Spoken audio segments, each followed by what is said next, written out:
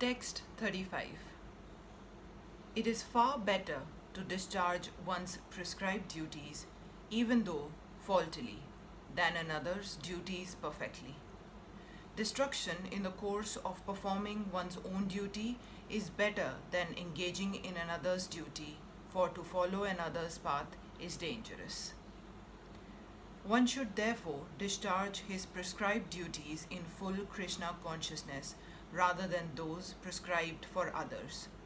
Materially, prescribed duties are duties enjoined according to one's psychophysical condition under the spell of the modes of material nature. Spiritual duties are as ordered by the spiritual master for the transcendental service of Krishna.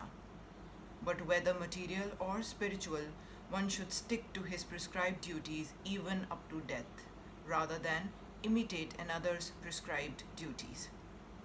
Duties on the spiritual platform and duties on the material platform may be different, but the principle of following the authorized direction is always good for the performer.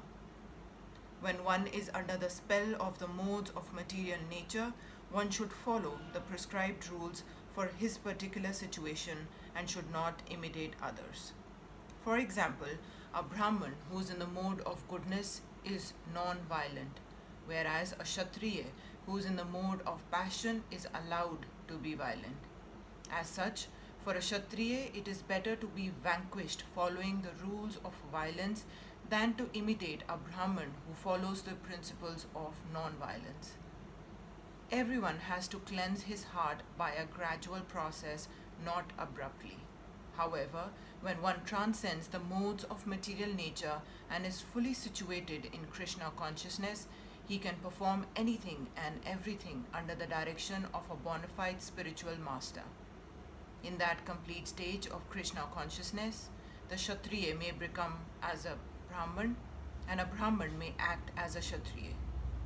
In the transcendental stage, the distinctions of the material world do not apply. For example, Vishwamitra was originally a Kshatriya, but later on he acted as a Brahman, whereas Parshuram was a Brahman, but later on he acted as a Kshatriya. Being transcendentally situated, they could do so, but as long as one is on the material platform, he must perform his duties according to the modes of material nature. At the same time, he must have a full sense of Krishna consciousness. Text 36.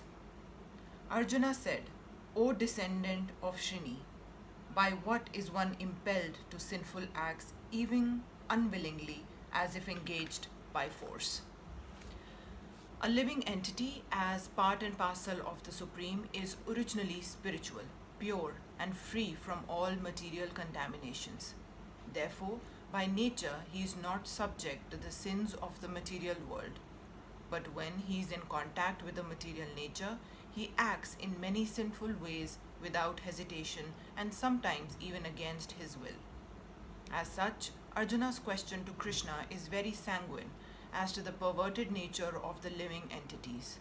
Although the living entities sometimes do not want to act in sin, he is still forced to act. Sinful actions are not, however, impelled by the super soul within, but are due to another cause, as the Lord explains in the next verse.